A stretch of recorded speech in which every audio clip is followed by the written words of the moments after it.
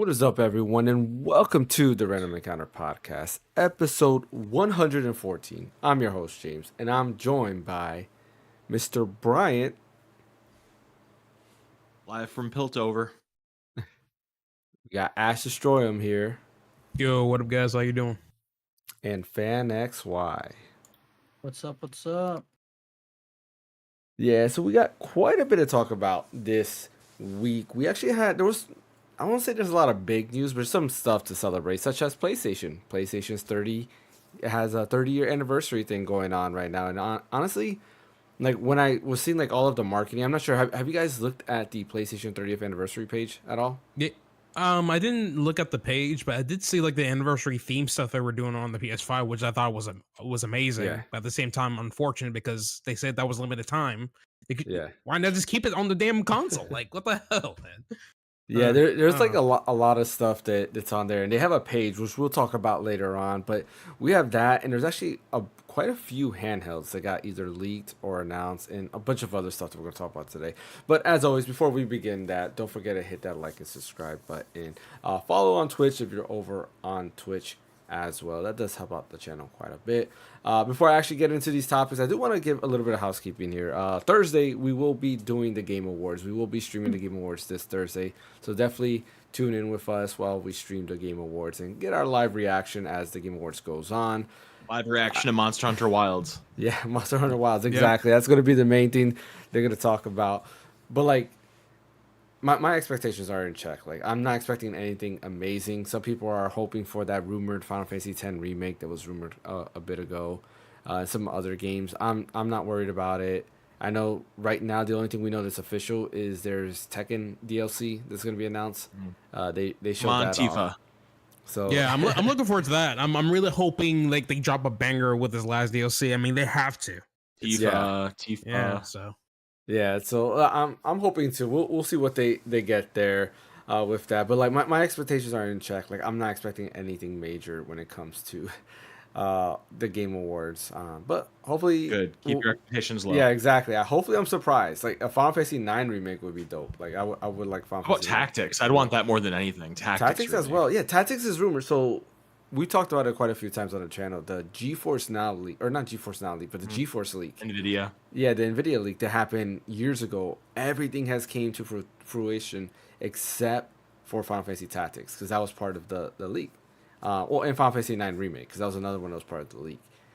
So yeah, I'm curious to see if they'll announce anything, any one of those. I think for Tactics, I would like a remake. But not like an HD upscale. Like just give me a remake, like from the ground up, different graphics and so forth. For 9, I don't know. Like, I guess a remake as well, but keep the gameplay the same. Like I wouldn't want them to change from turn based. I want them just to do kind of the same thing they just did and just give us the same game. I mean, I'm playing Dragon Quest 3.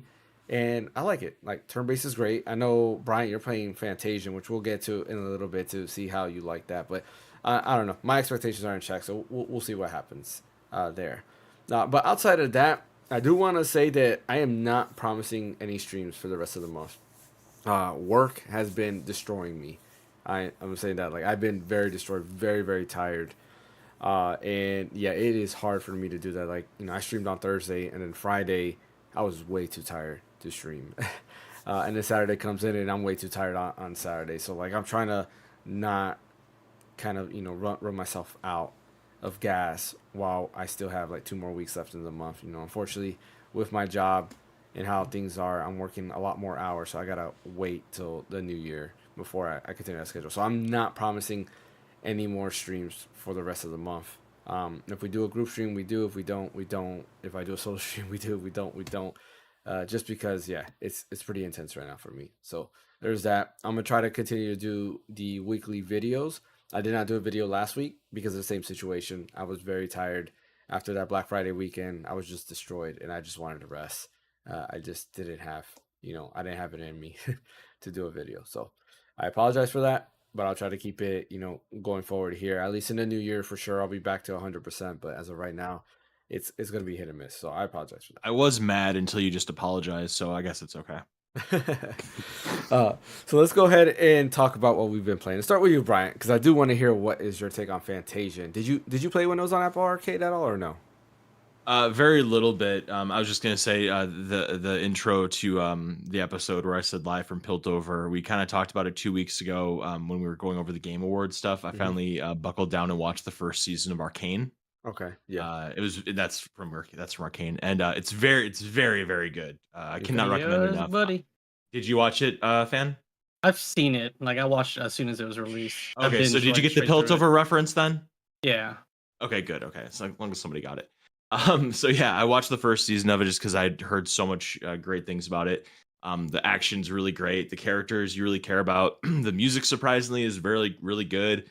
The animation is beautiful. Really good story. I don't know anything about League of Legends. I've never played League of Legends in my life. I've never really watched a match of League of Legends. I just know there's a game that involves legends and there's a league of them. That's all I know of, of League of Legends. But I really enjoyed the show a lot, and I'll be watching season 2. So that's kind of what we were talking about with the Game Awards last week. Was like best animated or best show or whatever it was. I forget what the category was. But it was like Adaption. Fallout or Adaption. Yeah, it was Yeah. like Fallout and Arcane. I think I said Arcane, and I stick with that.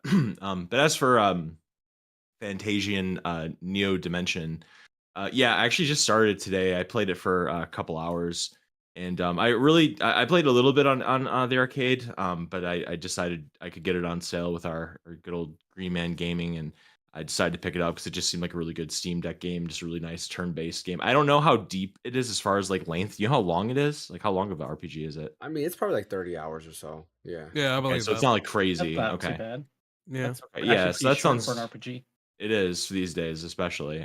So it definitely sounds like one I could definitely get through and get something out of it, and not have to devote my life to it like a Metaphor Refantasio or Persona or like a Final Fantasy 16 or whatever. So this sounds like a nice kind of SNES era RPG. But yeah, I like the battle system for as much as I've played it so far. It's just really kind of old school turn based with like abilities and MP, just very it's kind of cool. Like there's like things like where you line enemies up to do certain Mhm. abilities and stuff. It's kind of like a little bit of a Chrono Trigger edge to it a little bit in that way. I'm enjoying the music. It's really good. Don't know anything about the story really at this point. I'm pretty early in. But if it keeps kind of going the way it's going, it definitely has a very old school sensibility to it that I really like. Like it does really feel kind of like an SNES game, and that's pretty great. It kind of rubs me in the feels, especially during the holiday season, just kind of like being a kid and playing your Super Nintendo, and Yeah. just when life was a lot more simple and everything. But yeah, I'm glad I picked it up. It does seem like I'll get through and enjoy it unless something crazy happens, which I'll definitely report. I don't think I've really been playing much else. It's pretty much just been that I've just been really busy with family and I'll tell you this. There's some twists in Fantasian that I think you'll like. story You twists. know, story and gameplay twists, which is kind of cool. And it's something I won't spoil because I was actually excited when the gameplay twist came out, which was pretty cool. Oh. My only complaint, and I hope they fix this, which I doubt it, but I hope they fix this on this release, is the ending is super grind heavy. Like, Mm, and even then, even with grinding, it's almost like the boss scale way too high. mm. And that was the main reason why I dropped off and never finished it because it Too becomes bad. yeah, and I think Linus did also a video on that where he talked about it, and it's Minus tech tips. yeah, he did a video on how he enjoyed it, but then he got to this roadblock, and that same enemy that he got the roadblock on, everybody I've talked to that's played the game and that got into the game say the same thing. They get destroyed on this boss because it's just stupid. It's very stupid. The final boss for part one, which you won't, the game I doesn't do the part one and part two because when I originally released in Apple Arcade, it was like part one, and then like half a year later it updated and at the second half of the game. But the final boss for part one was pretty tough. Like it was like Mm.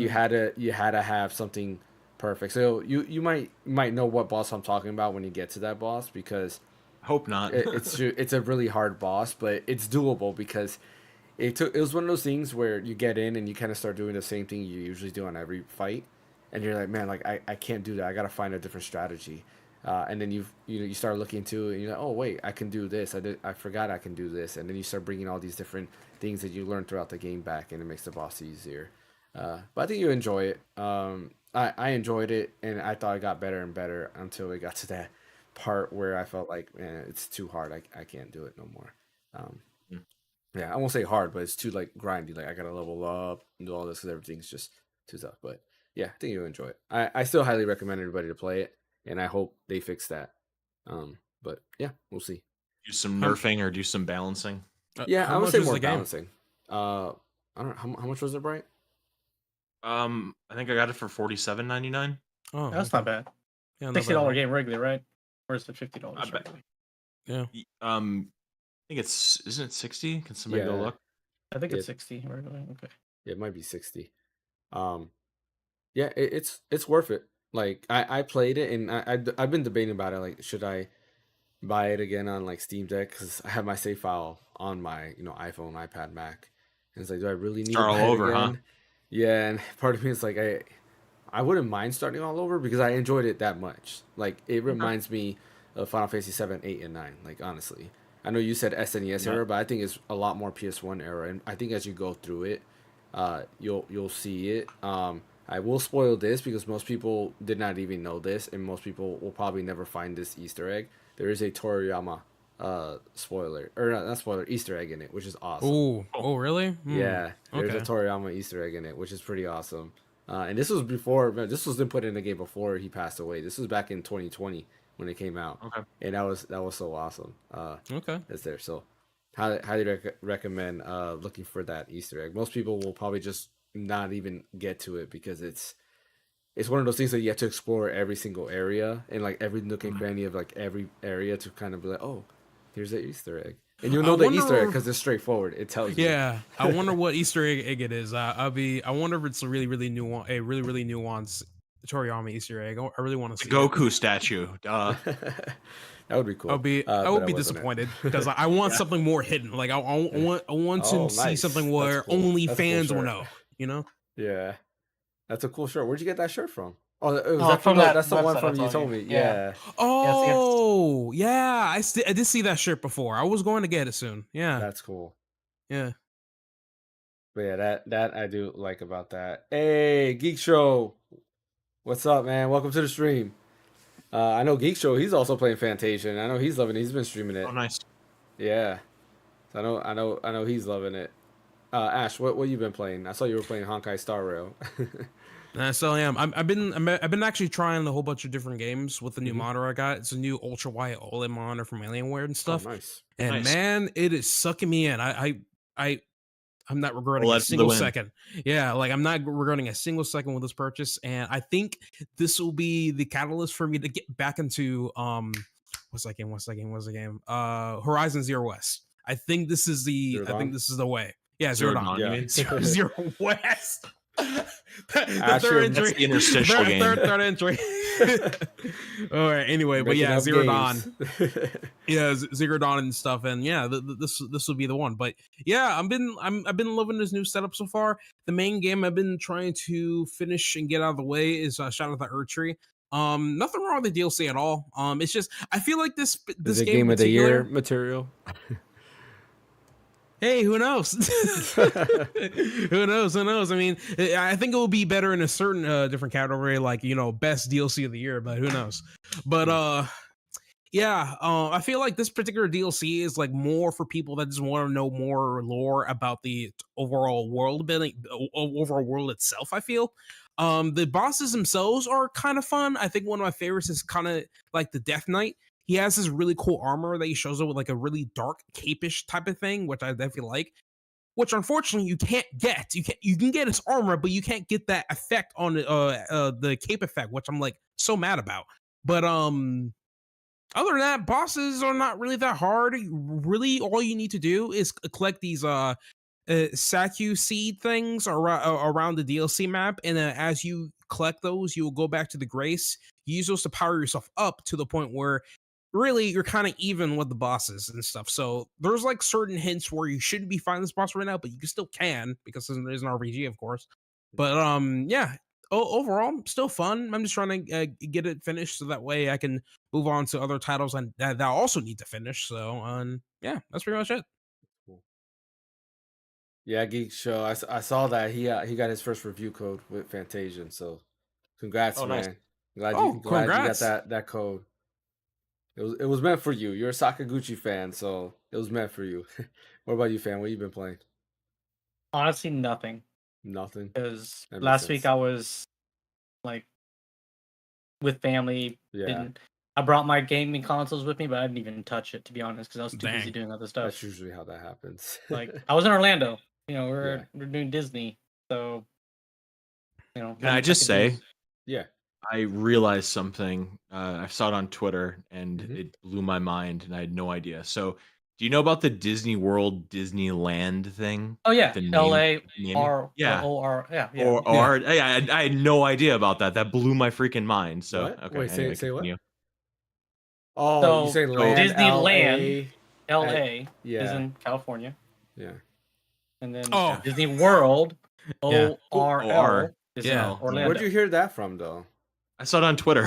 Yeah, I don't someone think posted that's on right Twitter. because Disneyland's in Anaheim. It's not in Yeah, LA. Anaheim's in LA. Anaheim's LA. is like the It's northern suburb, part of LA. like, yeah. Yeah. Oh, okay, gotcha. It's just like how Disney's technically not in Orlando, but it is in Orlando because it's in like Lake Vista, which is like the suburb of Orlando, or true. Kissimmee or Celebration.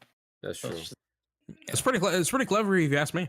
Yeah, It is. And it's so clever that I didn't realize it. Anyway, Well- go ahead. What are we talking about? What we've Oh, been like, playing. I haven't played anything. Yeah, there you L- go. LA. Nothing. Geek Show says LA is a county. Yeah, he's from California, so he can definitely explain all that to us. Yeah, there you go. So for me, I gotta say something. Like I gotta confess something. Like as much as I hate a specific company, more recently, I won't say hate them. I dislike them more recently. I am a huge fan of one of their franchises, and going back and playing their latest entry in this franchise reminds me of how much I really enjoy this franchise. Mainly, I would say the beginning 6 entries in this franchise. Can you guys guess who I'm talking about? And what franchise? Well, you say you kind of hate them, so I'm assuming they're probably a Western studio. So, Ash knows me too well. Six but- entries in a franchise. 6 entries in the franchise. I didn't say there's. I said that at least the first 6 entries I enjoy. Yeah. Final Yeah. Fantasy? No, No, that's not a Final Western. Fantasy. Can't be not a Trails? Western, is it? I've never played Trails Geek. well, I would just assuming is Western. So Yeah. James never confirmed it was a Western studio. So It is. Yeah. I'll say it's a Western. It's a Western. okay, fair. There you go. 6 Far Cry games. It's not Far I Cry. do like Far Cry though. Can you give a guys love- hint? It's a Western studio. There's your hint. Is it, Like there's Bethesda.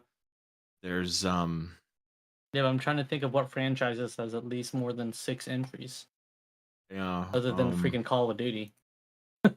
Yeah, there you go. Call of Duty. There's Black Ops 6 or whatever. Is it that, Yeah. James? No, it's Activision? not Black Ops 6. is this something well known? No, it's not Altair.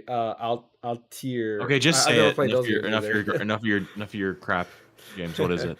It's Assassin's Creed and Ubisoft. Oh, of Oh, course. I even just said that. I even mentioned like, there's no way it can be Assassin's. Yeah, it of was course, Assassin's yeah. Creed. Yeah, I've been playing Mirage, and I really love how it goes back to like the basics of like Assassin's Creed 1 through Black Flag, and I guess Unity to an extent. Which that's a good idea. I got to revisit Assassin's Creed 2 on this ultra wide. I want to see. That's gonna look nice. Wow. Well, like Mirage is amazing, like graphically and story wise. I'm really enjoying it.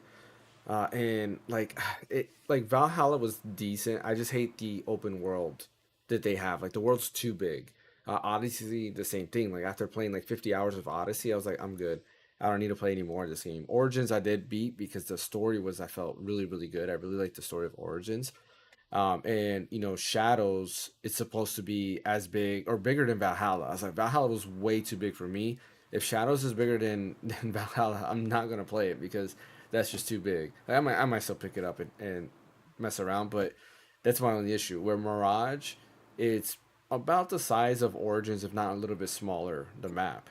But gameplay wise, it's 99% of it is the city, which is nice. Like older Assassin's Creed game, you're just really in the city, and there might have like some outer like outskirts of the city where there's like woods and stuff like that. But the majority was in the city, and Mirage has been like that so far. So I've been enjoying it. The voice cast is amazing. The main voice actor is Dr. Robotnik's like henchman in the Sonic movies, which That's actually funny. I didn't know. His name is what's his name? I think his name is Leah. I think his name. I forgot.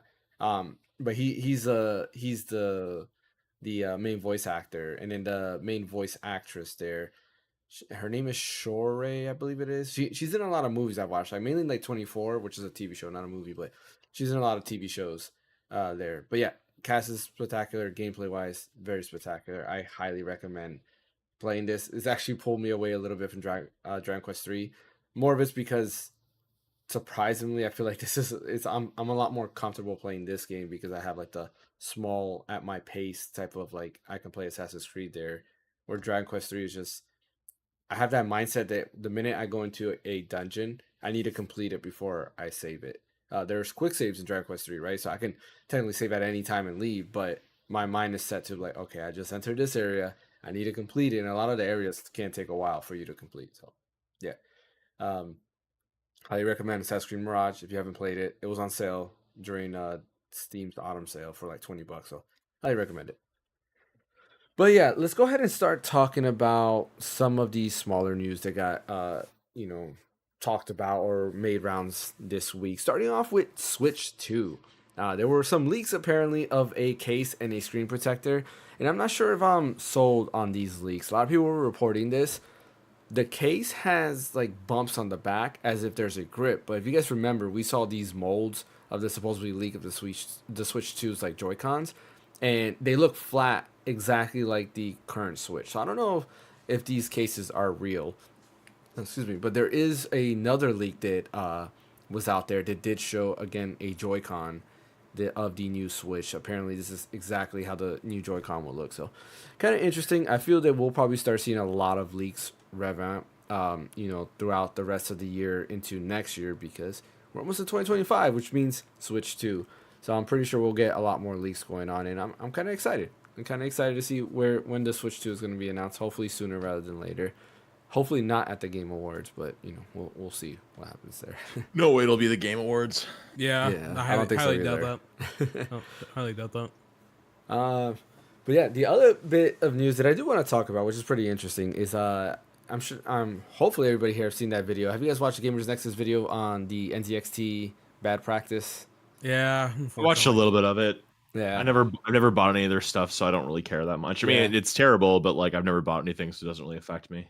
Yeah, it's kind of one of those things that it's interesting. So NZXT, they have a rental program, but their rental program is a little bit misleading, and I won't say a little bit. It's pretty much misleading because you can go ahead and the first thing it says is there was no commitments, but then when you read the contract, it is a commitment. And there's other things involved where, for example, it shows you one PC.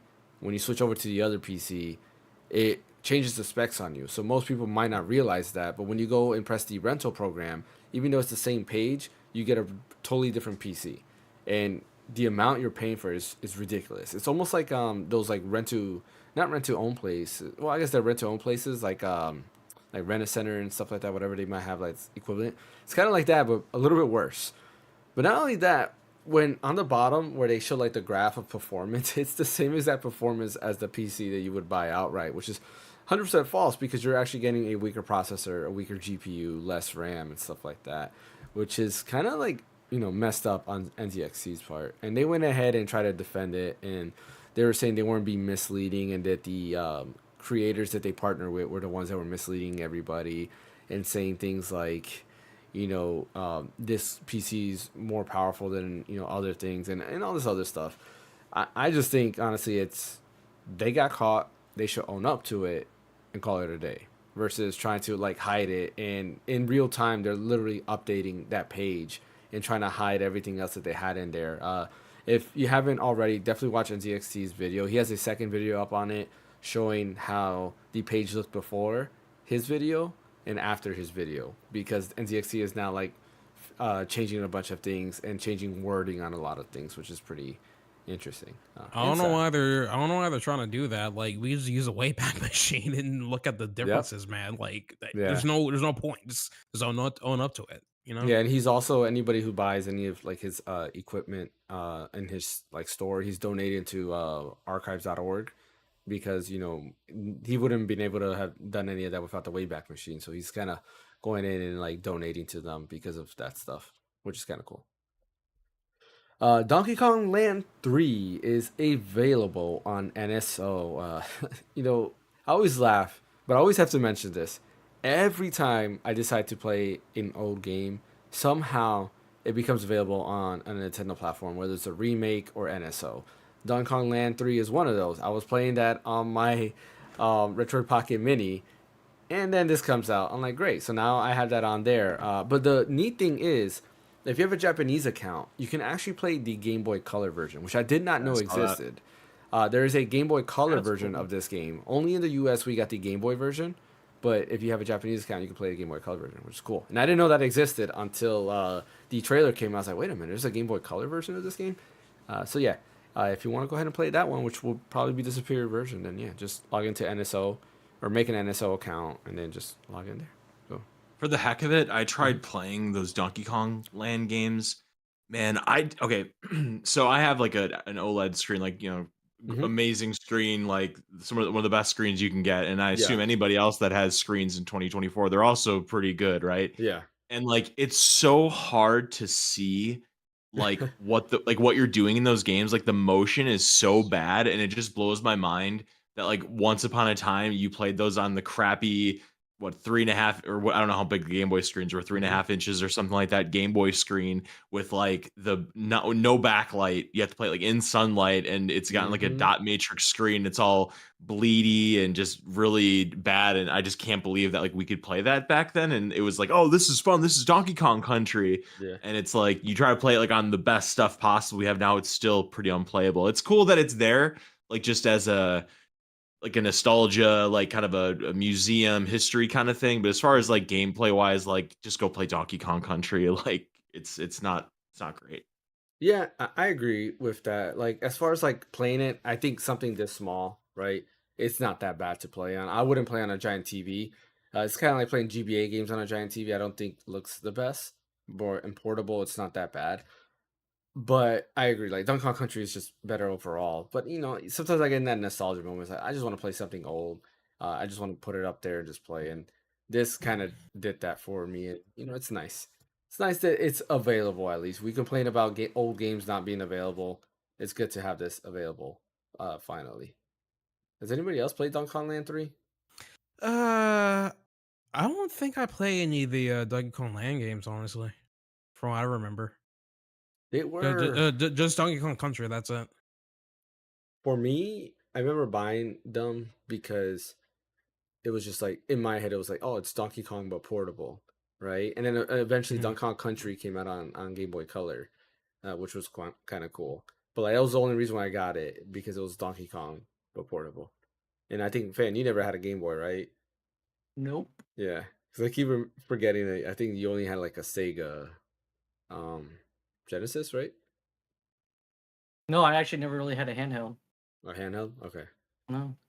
Fan was rocking the Sega I was always Nomad. home console. I was always home console, home console, home console. Yeah, I'm glad I had a Game Boy. It was nice. This next thing is not really small news, but I want us to discuss about it and kind of give thoughts on this. MSI announced a new PC handheld. Like we are literally, I think PC handheld is, I don't think it is booming right now. Like literally, it's huge right now. Between the Steam Deck and ROG Ally X right now, those are the top two. I'm probably gonna get a lot of flack for this, but I think the ROG Ally X is better than the Steam Deck. I blame Fan, so blame Fan because he's the one that got me in there. Oh man, why did I hear Hey man, you guys are the ones that convinced me to upgrade. like, what did I hear? I'm hearing echo. Yeah, Ash. We're hearing the echo from you. Echo? Really? Yeah, it's coming from you. Oh, not anymore. Yeah, I was hearing the echo from you. Yeah, but what echo though? Yeah, I don't know. What, did you have that on From your people phone or something? talking. Yeah. Oh, hold up. Let me see. No, it was me. Yeah, it was me repeating myself. I was like, oh man. But anyways, yeah, I blame Fan because like he got it, he loved it. And I said, you know what, I want to get it because the better battery life, better performance. Hey, it's y'all fault.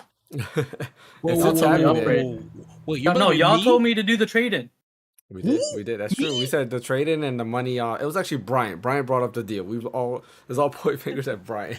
Hey, I'm not blaming anybody. Good for you guys. You like the ROG Ally X. That's fine. Bro, I was going in on the Steam Deck OLED. I don't remember convincing Fan on trying to trade that, man. Brian was the first one to buy it and said he loved the D-pad, and then he returned it, and then he forced offer. He forced Fan to buy it, and then he forced me to buy it. This is the true story.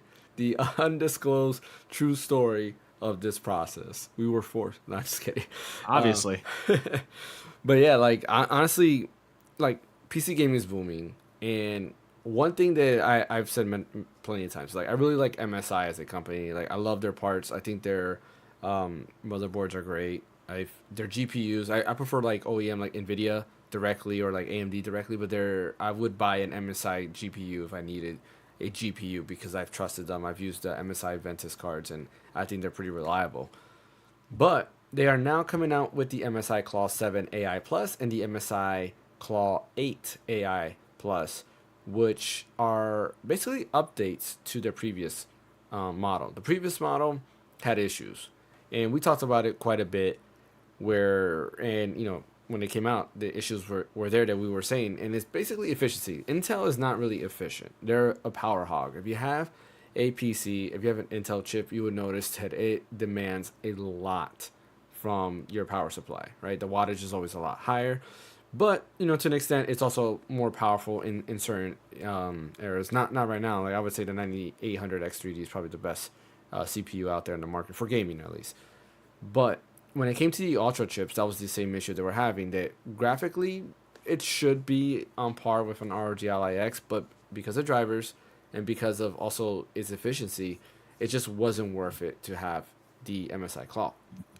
Fast forward here, now we have the MSI Claw 7.8 Plus, which they're basically MSI Claw 2s in two different sizes. And they now up the RAM to 32 gigs of RAM, which will help out with VRAM, right? We've seen it with the ROG Ally X having 24 gigs of VRAM. Or 24 gigs of RAM helps out because you can allocate 8 gigs of VRAM, which makes a lot of games just better overall. And this should help them out in terms of just raw performance. But the biggest thing that I'm worried about is efficiency. And according to what they're saying, the new Ultra chips that they're using in these handhelds are supposed to be a lot more efficient than the original one.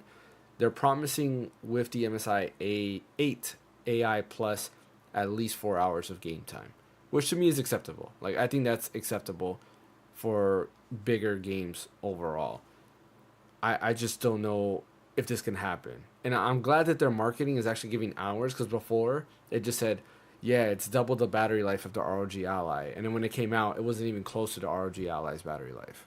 But what are your thoughts on these like upgrades? Did you guys read into the tech specs on what they have or anything like that? When you say upgrades, are you talking about just like the MSI Claw specifically, or were there other upgrades that are coming? Well, there's other ones too, like Lenovo Legion Go. It's not Not an upgrade. It's not confirmed, but so supposedly with the Lenovo Legion Go, there's two models coming out. There's the Legion S, which is basically going to be the current Legion Go in a smaller form factor, and then there is another one coming out that has actually the Z2 Extreme chip. So that's going to be interesting to see, because I think the Z1 Extreme is amazing, and ROG Ally X as of right now I think it's capable to play anything that I want to play today. So I would like to know where the Z2 Extreme will land on this. We all know that AMD is already working on the Z2 chips because they announced it a while back, and this is going to be the first handheld to have that. So I'm very interested to see where they go with this. But yeah, like that's really the other handheld that we were gonna talk about. I think that it goes. It's pretty well known that out of all the handheld PCs that came out, the Lenovo one, MSI one, Steam Deck, Asus. I don't know if there's any other big ones that I'm missing, but the MSI Claw by far was the one that was reviewed the worst out of all of them, for a variety of factors, mainly being that one that you were just talking about with the efficiency and battery life and Yeah. the Intel crap. Um, so hey, if they release another iteration of it with a more efficient chip and all the kind of refinements that the Steam Deck OLED got, the Asus ROG Ally X got, that's a good thing. Maybe it'll end up being something that's more on par with those other machines because the MSI Claw one was just so pan. So I feel bad for those people that early adopted. I mean, God, the MSI Claw came out like barely a year ago, and this thing is probably going to come out maybe quarter 1 of next year. Yeah, it's supposed to come And out this month. oh, it's this month. Okay, so I bet Yeah. it hasn't. I bet the MSI Cloud came out like earlier this year, right? I And they're think already. It February. was last year. The first claw came out like it was like late last year, early this No, year. it was February I this thought year. it was 24. Yeah. Okay. Yeah. That's why I said Okay. like either late last year or early this year. I was just Yeah, so barely a year, and already they're pulling this upgrade thing. Like it's just, I feel it, and based on like what we're hearing, like this Claw 2 is a pretty substantial upgrade. At least like with the Steam Deck. Like yeah, it's an OLED, but minus a couple of quality of life things on it, it's really not like that much of an upgrade as opposed to this, which sounds like they really fix a lot of the problems that the original MSI Claw had. Whereas like the Steam Deck was kind of like almost perfect as it was, they just kind of made it even better. Whereas the Claw was kind of like a piece of garbage, according to Yeah. what I've read, and now it's like maybe less so. So yeah, I feel bad for those folks, but you know, the more people come out with these refinements and making these things better, like hopefully all the other competitors get better, and we'll just have better machines all around. What about you, Fan and Ash? uh I mean, there's another option. You know, it's just more variety. So since it's an Intel Arc processor, it's just gonna make Intel like advance their optimization on their drivers for the Arc GPUs. So hopefully it does well, because I mean, Intel just announced their new like Arc GPUs, and you know their drivers for those have just been slowly getting better and better. But Mm-hmm. you know, it's a very small percentage of people still using those GPUs. Yeah. So I'm hoping it does well, because if it does well, it's just gonna help help out. It's just gonna show other vendors like, hey, this could this was a success. The RG Ally wasn't just the only one that can be a success. Steam Deck wasn't the only one that can be a success. I honestly think the Legion Go wasn't that big of a success, just because of like it's supposed to be a handheld, but it's so unwieldy. It's a tank, it's- man. It's not really a handheld anymore. Yeah. You know? You need a suitcase to carry that thing around. It's Yeah. just- Yep. So like out of all like the handhelds, really it's the Ally X or the Steam Deck. Mhm. So I'm hoping this one does well, and it's just gonna make more OEMs out there like stick their foot into this market, which will make competition, gives you more options. It'll incentivize Intel and AMD to like do custom chips or something, or like make the chips cheaper. Because I mean that's what they did with the Steam Deck. They basically made a custom chip for them. What about you, Ash? It's cool. I looked at the specs. It's cool. The 8 AI would, like, if I had to pick one, that would be the one to get, just because it's got an 80 watt hour battery. Yeah.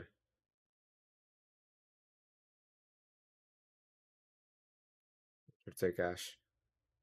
Oh, I mean, I didn't really look into like the upgrades that much. I mean, I hope they succeed, but I've always been like already sold on the Steam Deck and what it can do and everything. And of course, out of all the handheld PCs, the Steam Deck will be the weakest, but it does the job job for it. It does the job for it for what I wanted to do. So it didn't really matter for me if all the other handhelds got like a better upgrade or something like that, right? Because I have certain expectations of what a handheld should do, and as long as it meets those expectations, then I'm fine with that, And the Steam Deck was able to do that all that for me. So I'm not really. The only time I'm going to be upgrading that thing is probably when the Steam Deck 2 is coming out, which that's not going to be for a good bit. So Yeah. I mean, so I told you, like, I like MSI, and I do like that Intel's trying to get into the game, and their new art cards seem pretty interesting. Like, according to at least their sheet that they tell you, it's supposed to be better than a 4060 Ti for $250, which I think that's a steal right there. Like, if you can give me the A mobile performance, version, right? um, Well, like a laptop version of a 4060 Ti. no, it was the desktop. Well, I'm talking about like the new ARC GPUs that just Oh, got okay, announced. okay. Yeah, The switching desktop there. GPUs. Yeah, the Got it, desktop got it. version. I think that's cool. And when it comes to like their ultra processors, yeah, they're not gonna give you that specs. But like my biggest thing with a handheld specifically, there's two things with an Intel handheld, is drivers, right? The first MSI had issues because of drivers. There's just not a lot of things are working great with ARC graphics. The other thing is just battery life. Intel being so power hungry makes it not really a portable console.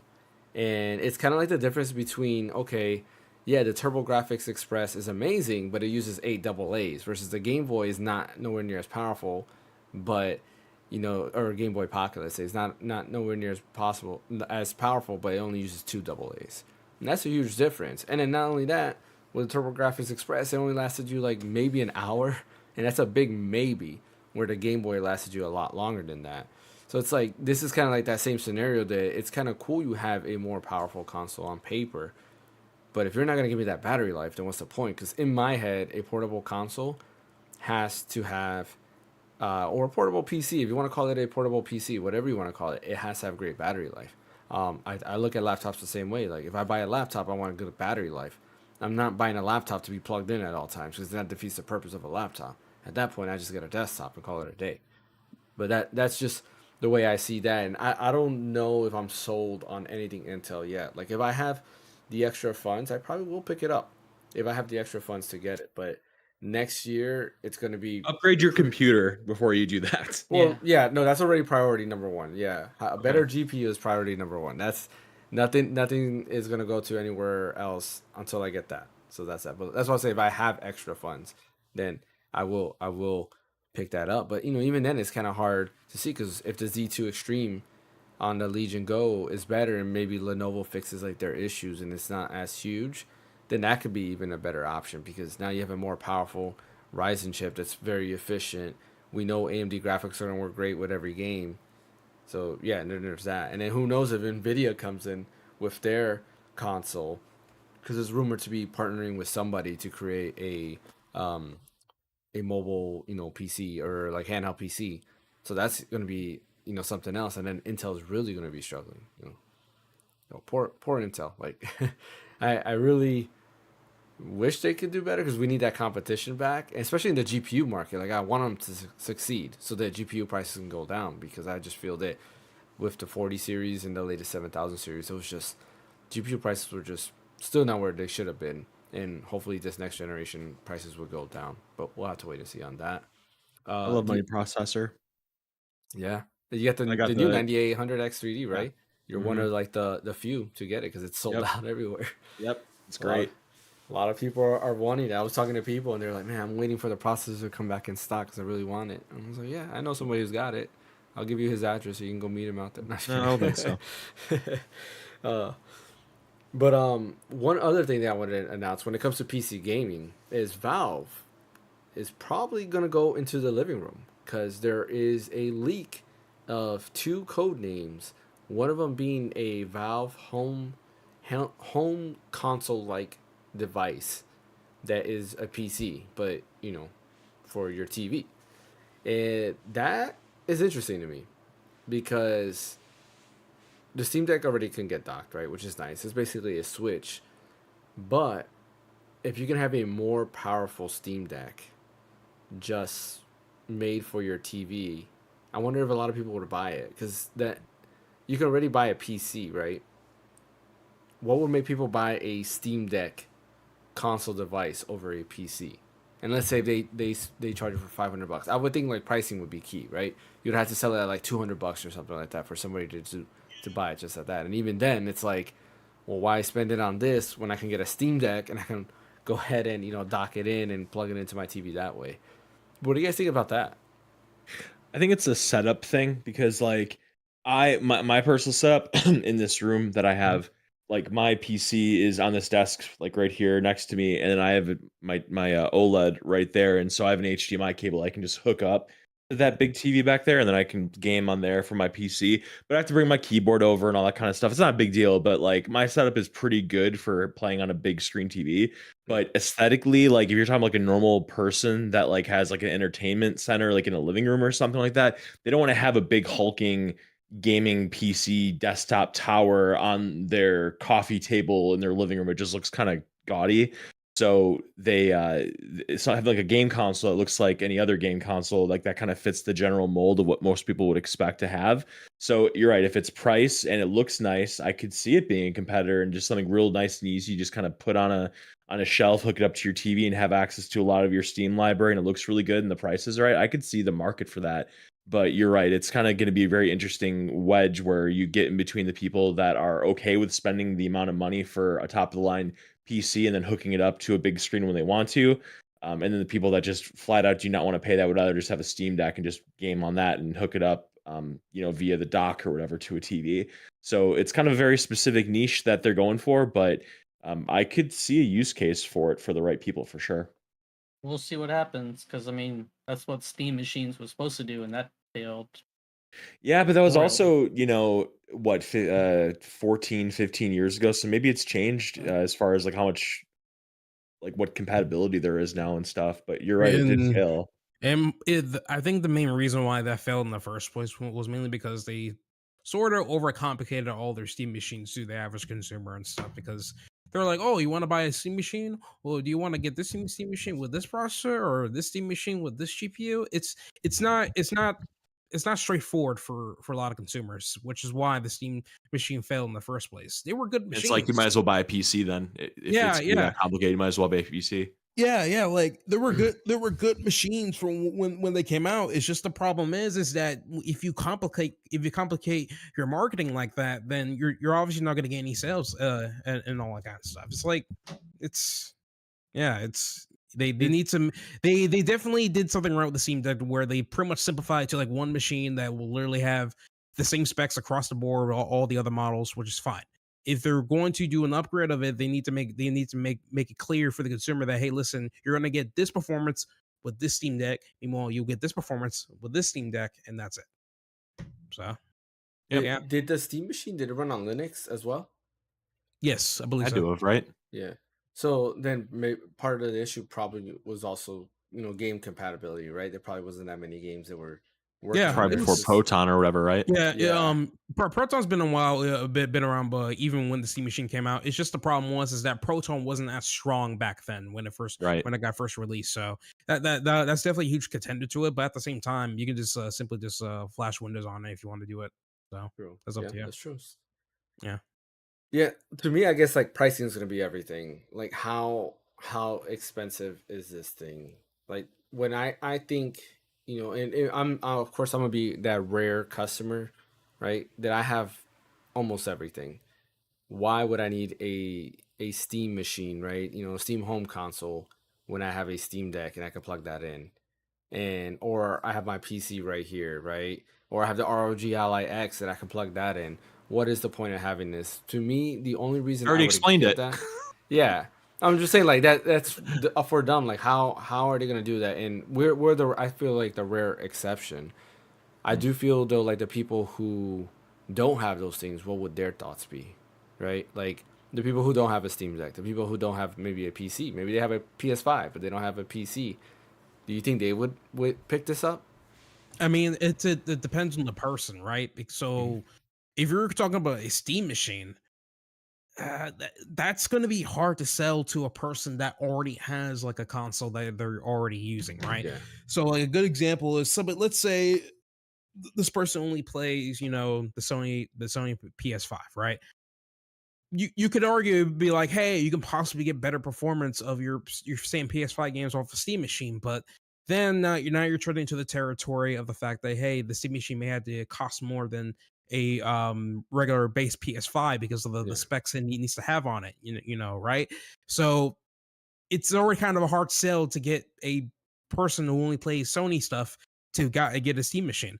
I can see this being pitched to maybe people that only play Nintendo, because getting a Steam machine, it's kind of gonna open your library a bit to other indies that you never heard of before and stuff. So I can see the Steam machine to be more like a dedicated indie machine if you think that it's not going to run well on the Switch or something like that.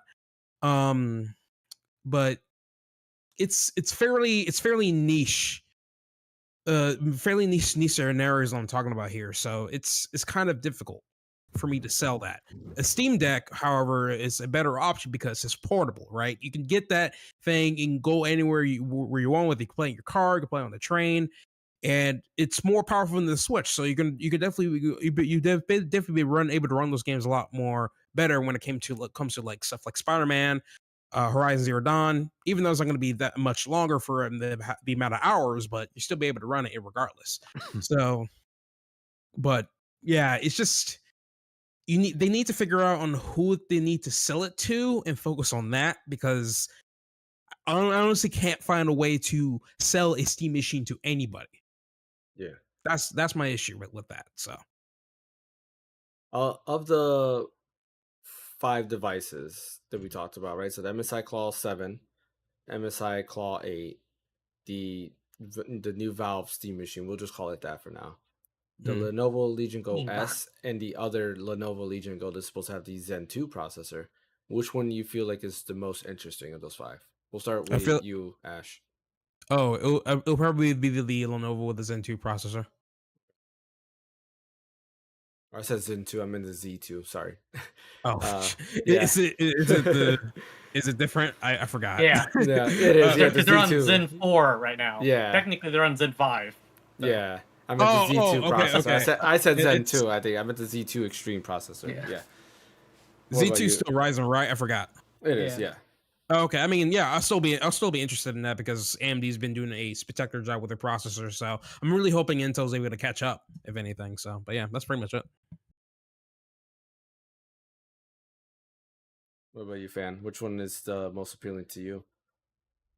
You have to choose one. You can't just say none of them. You have to choose one. So, I had a thought about the Steam box or the Steam home console or whatever, right? What if they made that to what the Wii U like could have been? Like if you have a Steam Deck already, but then you buy the Steam box or Steam machine, maybe somehow they can work some magic to where that Steam Deck would basically be a controller with a second screen. You know? I mean, that's not a bad idea at all. But the thing is now it's all going to come down to it's only targeting existing people that already have a Steam Deck. It's targeting people who already have a Steam Deck, which is a lot of people. But then it's gonna incentivize people to buy. Hey, if I buy a Steam box, but I should probably buy a Steam Deck. But then games would have to support that, and there's like no game that would support that. Hey man, you never know. Yeah, I mean, I don't know. Like it would be cool. Yeah, it would be cool. It's a good idea, but it's just I know there's a good amount of people that have a Steam Deck. I know that. It's just the problem is that now we still have the issue to where, okay, what about the people that don't have a Steam Deck, right? Yeah. It's still hard to sell it to somebody that wants to get into gaming and stuff. I don't know. It's a bit of a it's hard.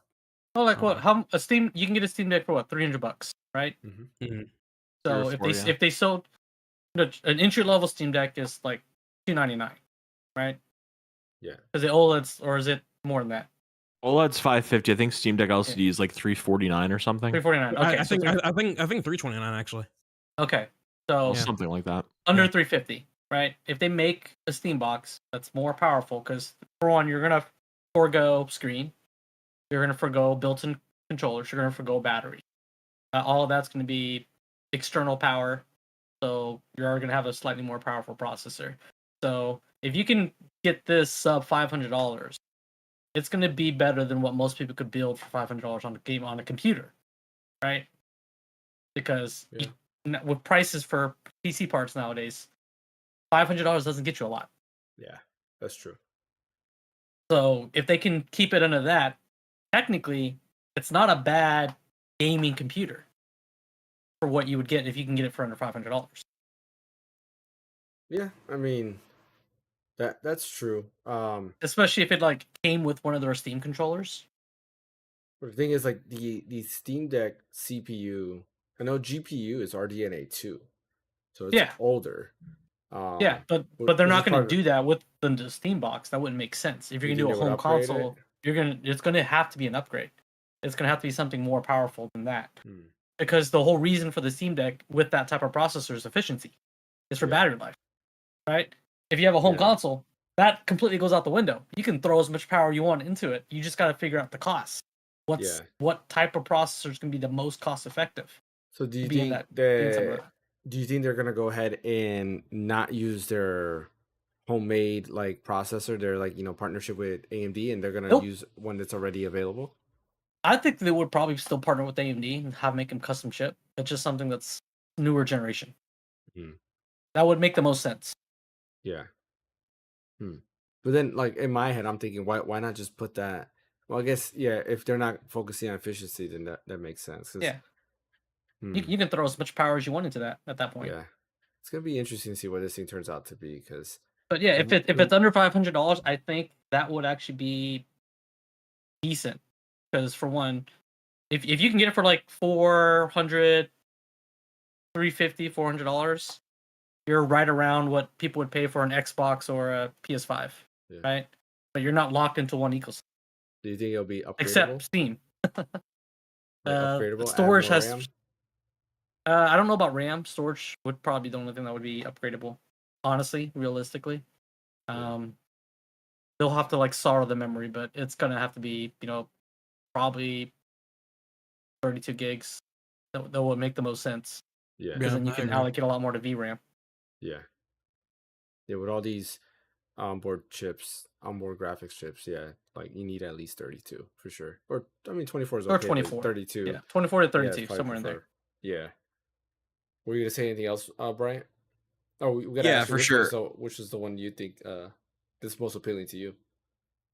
The Steam, the Steam machine for sure. Because I think with those other devices, we already kind of know what we're getting. The Exactly. same or slightly a little bit more powerful handheld gaming PCs. Like maybe the hardware will be a little better, the controls, the ergonomics, like the efficiency, it'll be better here, there, whatever. Like we know what that looks like. The Steam machine, though, I'm kind of with fan, but kind of wondering what that looks like, because the reason that the Wii U failed, I mean, the Wii U failed for a multitude of reasons, but like when the developers had the perfect machine to do that, like second screen cute stuff, they didn't do it. They didn't, like, they had it so you could play the game on the screen while your brother or something was on the big screen watching a football game or something, right? But we have that now anyways. You have remote play on a PS5, you have remote play on an Xbox, you have remote play on a PC. You can use your Steam Deck to remote play from your desktop. Like that's all stuff that exists now. Like back in 2011, that was a novelty when the Wii U did it, and it was very primitive, and now it's like baked into everything remote play is. So like, yeah, I think you could use your Steam Deck as a controller, but you could also use your PS Portal as a remote controller technically when you're playing on the PS5. Like it's kind of baked in now. So I'm curious from a perspective of a Steam, like a PC or a company that's mainly in the PC space, making something that is a box. It's not upgradable. It's not what do you call it? Not there's a term for that, like where you can take out certain parts and put them Modular? in. But modular, yeah, I was thinking modifications, but yeah, it's modular. They're not going to do. At least I don't think they would do a modular thing, because if you start being able to mod it and do that kind of thing, then it's like you have a PC. So I think really they might have like maybe 1 to 3 SKUs of what this thing is, because if they do more than that, they're going to run into the stuff Ash was saying, where they did this 14 years ago, where they have a dozen of these things, and then people get confused and the market doesn't know what it wants. And so I think they might kind of go more of a way of limited hardware and what the functionality is for the majority of people. And it's going to be tricky because, like I said, it's niche. But I do think that the Steam machine is the one that is interesting. I don't know if I would use it, because the other way I have my stuff set up, it's not necessary, but a really nice looking, sexy box with a Steam logo on or a Valve logo on it that can play most of your Steam games. It's light, it's efficient, all the rest. It's cool. So we'll see what happens. Yeah. I think I was gonna disagree with you guys, but then I think Brian talked me into realizing that yeah, that probably is the best one thing there, because like I've been wanting to buy a dock for my RG Ally X to put downstairs in my living room, so I have like a, just I can dock it on there and go ahead and play my games on there. But like having a Steam machine, I guess, is dedicated to the living room, that I don't have to bring my Steam Deck back and forth or anything like that would be nice. And you can just power up your Steam Deck and just pick up where you left off. Yeah, exactly, and that is cool. I get the one thing I would really like is to have a handheld in this size, though, a PC handheld in this size. Small. Yeah, because like this is a nice size to carry around, and What is I know that? we're nowhere near at that. What's up? What is that? Oh, the Retro Pocket 5. 5. Yeah. Okay. So this is the one that everybody says is amazing, which it is. It's actually, yeah. Look at the size difference. It's actually not that bad. I thought this was gonna be bigger, and of course I will have thoughts on this. This video probably is not gonna come out till next year, honestly, and I'm gonna be real with you because I haven't gotten around to playing around with it. I've been so busy that I if I made a video today, it would be of nothing. Like I would be You're like, this is purple. yeah, End of video. exactly. Yeah, I really like the yellow and the thumbstick. That would be it. Like that's it. So I have to play around with it more. But like something this size is kind of cool. Like I do like the way it can be held. Well, I know we're not at that part yet, but I hope the future, because like I've always enjoyed the idea of like the iPad, of how thin it is and how like easy it is to carry around, and to have something that just looks as clean as like this would be kind of cool to carry around versus something as bulky as, no, it's in my bag over there. I'm not gonna open it, but something as bulky as, huge. yeah, Like it's bigger than the RG Ally X. yeah, it is. And the RG Ally X is, to an extent, it's still bigger than this, right? Because the Switch is, well, I have different, Joy-Cons. I have the on there, but like the Switch. So for comparison, like that's still even huge. And then the RG Ally is bigger than this, so it's like, yeah. So something more compact would be pretty cool, but we're probably not there yet. Hopefully sooner rather than later we start, getting some more efficient, some more smaller devices. I think that'd be kind of cool, in my opinion. It might be a while because Apple's got that 3 nanometer like production, like tied down. TSMC, yeah. Yeah. I think like ARM can go a long way, but that's a story for another time. So let's go ahead and talk about PlayStation. 30 years. That's crazy. I feel like that's wrong, but maybe it's right. They say I just feel really old. Right. Yeah. It's crazy to think 30 years of PlayStation, because they changed the game. Like honestly, they changed the game. Nintendo kept the game alive, and no pun intended, of course, for any of these. Nintendo kept the game alive, and PlayStation did change the game because Nintendo brought that fun experience. PlayStation brought that more cinematic experience, right? And I'm not talking about just what PlayStation does now, but even back then, like PS1 was the only place to get games like Metal Gear Solid or Final Fantasy VII. Gran Turismo. Gran Turismo. There was a lot of games there that have a cinematic experience, and N64 tried to do that with Zelda, Perfect Dark, I was saying, and even Zelda, but PlayStation just was where it was at for those experiences. Voice acting, the orchestrated scores, all I that remember kind playing of stuff. Onimusha. Yeah, and like Onimusha and on then, PS2. Like, the cinematic like openings and stuff like that was just Resident what Evil you 1. didn't really see. Like, it was amazing. Not ahead of its time, but it was amazing, and it brought like just a new flair into the gaming space. It brought a lot of people who I would say weren't even gamers into that space. My dad, at the time thought, okay, video games were for kids because you're playing Mario, you're playing things like that. Like Super Metroid was probably not, even though it was designed so kids can play, I would say that's something that adults were able to get into as well. But like when the PlayStation hit, that's when a lot of adults were playing games. My dad was hooked on Tomb Raider. Like he was obsessed with Tomb Raider, was playing that nonstop. Original? The original. I would wake up in the middle of the night and he's playing it. He bought a memory Be a card that creepy had game to Lara play at Croft night. on it. Like, It's like he would get home late, right? So like his gaming was like done at night, and I'm sleeping No, because I I got know. school. Yeah, No, yeah, it's just that game. Like it's just kind of creepy at night 'cause it's like you're in like tombs and it's all like dark and stuff. Like yeah. it's kind of creepy game. It was cool, and there was creepy parts. Like you had the mummies at one point in the original Sure. one. You had to like fight against and stuff. It was cool. T Rex. One, the T Rex. Yeah, like that was Mm. creep. That scared me when I was a kid. I was like, oh man, this giant T Rex. You gotta fight. And the raptors that were in that same area. But like a fond memory I had of the PS1 was my dad was playing, and he was trying to jump in Tomb Raider. He was trying to jump, and he missed a jump, and instead of pressing start and loading the game, he actually hit save game. So every time Oh he no, loaded up, he was already you falling. dying. Yeah, and he kept, dude, I'll never forget. He was so angry. He threw the controller.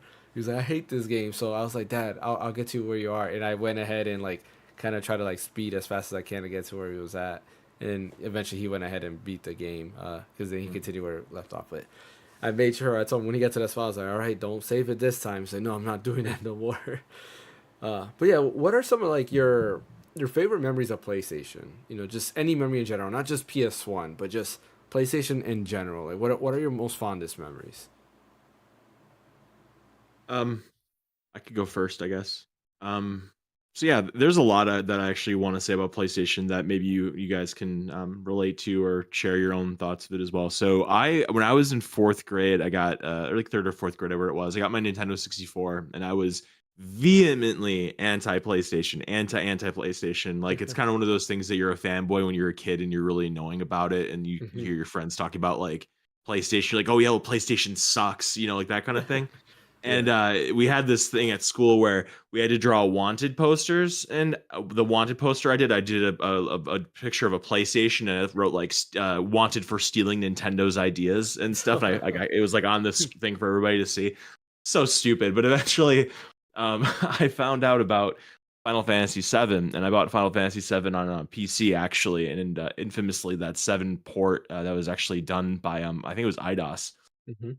Not a great port. It froze all the time, and I had this crappy E-Machines computer that could barely run it, and it would freeze my computer all the time. And in an RPG where you can't always save all the time, you beat a really hard boss, then it freezes, and you lose all your progress. And my dad would get really mad at me when the computer would freeze because he thought that every time we'd reboot it, it would like break the computer and all the rest. But then eventually I learned about PlayStation as far as like, hey, there's some really great games on here. Metal Gear Solid, Final Fantasy VII. Hey, Final Fantasy VIII is going to be coming out. There's this Brave Fencer Musashi game. There's all the classic PlayStation games, Legend of Dragoon, Ape Escape. And I'm like, okay, maybe, oh no, PlayStation can't be great. There's Crash Bandicoot, there's Spyro the Dragon. No, I don't want that. But then my mom's friend ended up, her kid wasn't really into gaming anymore, so he wanted to sell it. And so my mom bought it for me for cheap, and I had the PlayStation. And ever since then, I was probably like 12 or 13 or something like that. I've loved PlayStation, and I played Final Fantasy 7 and 8 and got really, really into it. And I still like my N64, but that was like the fondest memory I have of getting a PlayStation 1 is like going from hating PlayStation to being a huge fan of PlayStation. And then PlayStation 2, I reserve that was 2000. That would have been like October, September 2000. It came out October like 24th or 26th of 2000.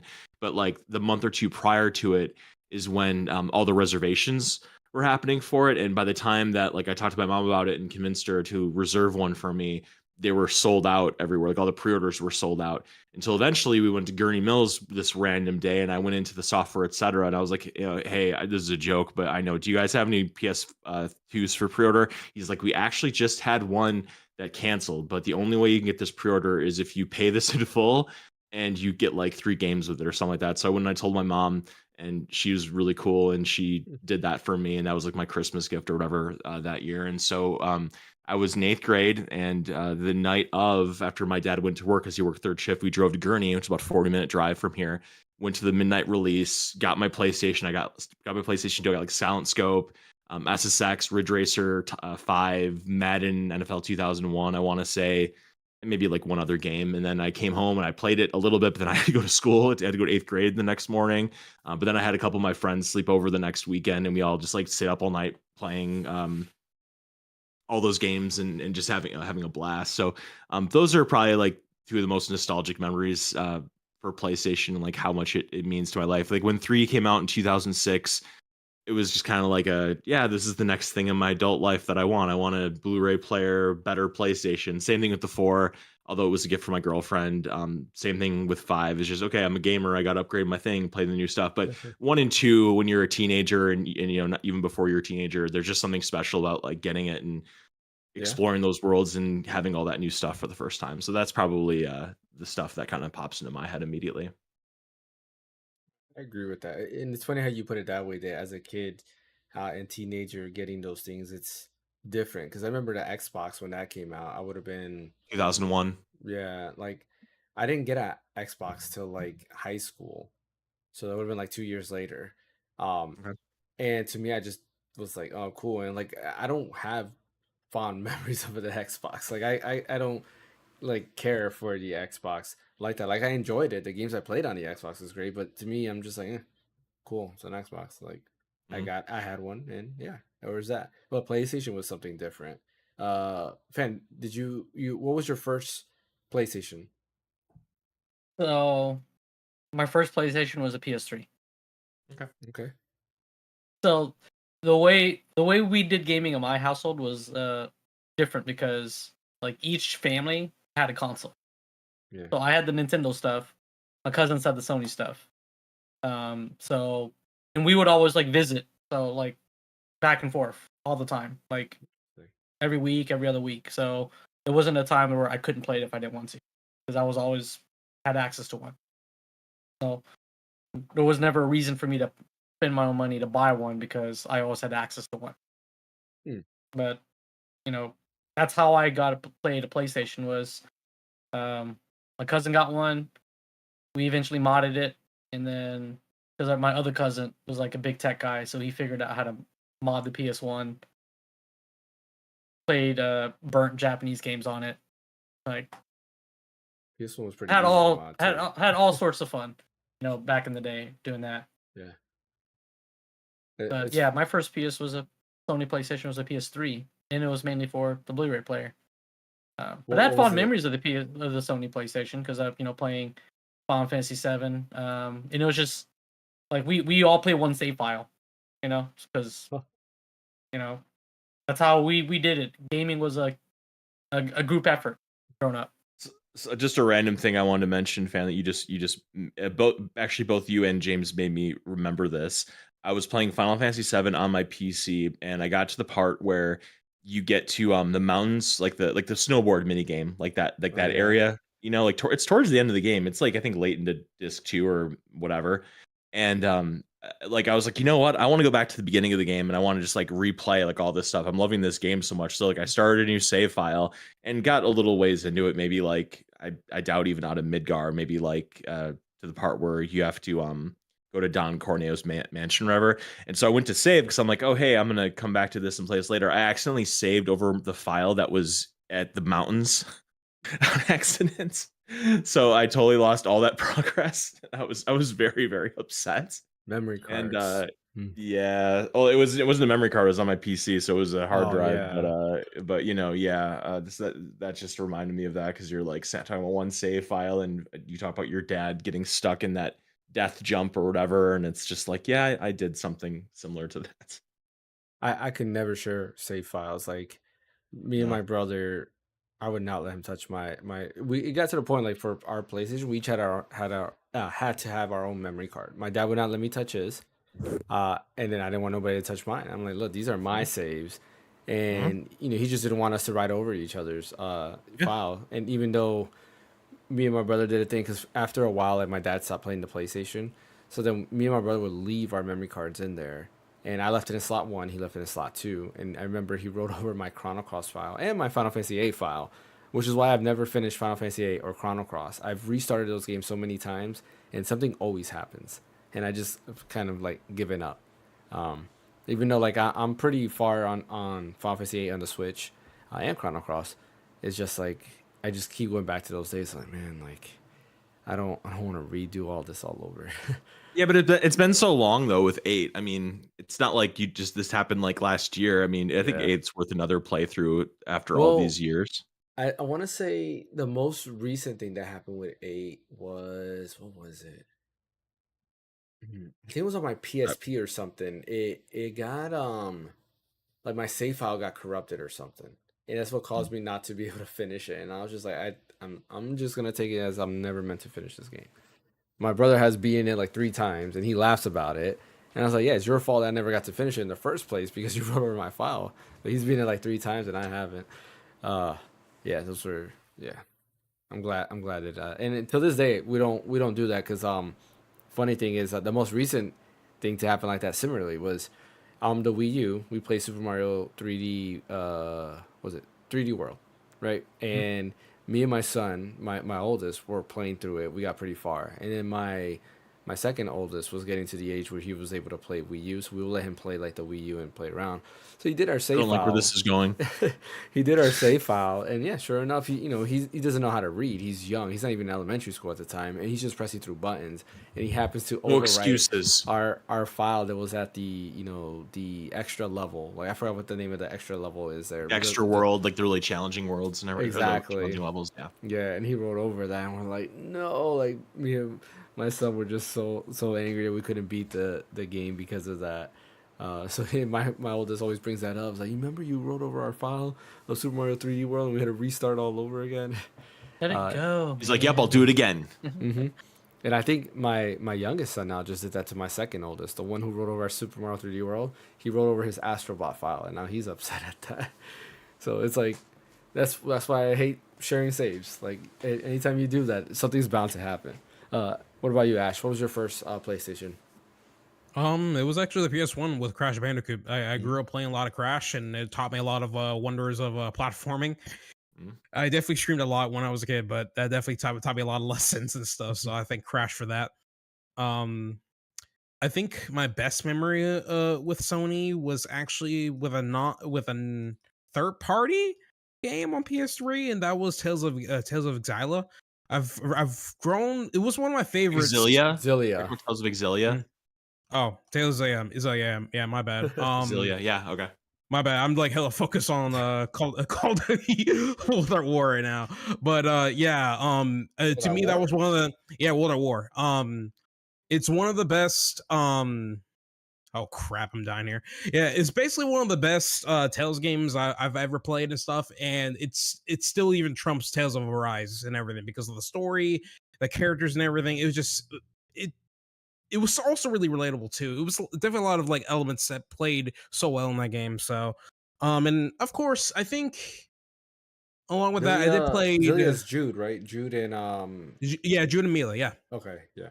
yeah, Jude and Mila. Which I'm pretty sure that game is already getting like a remaster or something like that Rumored. later Yeah, on. I think. Yeah, so was it I'm officially announced? I thought it was rumored. I know there's a rumor. Yeah, officially not. As a matter of fact, Bandai Namco said that they're doing a Tales remaster project, which means they're actually Or going is back. that? Yeah, because Grace's F is the first one. I thought Zilia was rumored. Sure. No, you know what it was? There was a leak, I think, of like a ratings leak somewhere like a few months ago. So I think that's what it was. Right. Okay, yeah. Yeah, and on top of that, Namco on their official Twitter literally said, "Hey, we're gonna do a Tales remaster project." So they're pretty much going back to all their Tales games, remastering all of those into modern platforms now, which is awesome. So I'm looking forward to all of those, and hopefully they don't pork up a job on those things just like they did with Tales of Symphonia and stuff. So, but yeah, pretty much my fondest memory was probably Tales of Xillia. It was a really good JRPG for me. When it was one of the first games I picked up for my PS3 as well. So it was great. Loved it. Man, that's crazy. That's your fondest. Like my, I guess my fond. I have a lot of fond memories, but most of them is the way I got the PS1 to PS2. PS1 was, I've told this story plenty of times, was around Christmas time, and I remember waking up in the middle of the night because the light in our living room was on, and the way our rooms were in the apartment, it's like our bedroom is here, and then there's a hallway, and then the living room's here. So like from where my bedroom door is, I can see the light from the living room on, and I woke up and I was like, who's up at this time? So I get up, and there, next thing you know, it's my mom and dad playing Street Fighter Alpha 2 against each other. And I remember I got super excited because I was a huge diehard Street Fighter fan, and I still am to this day.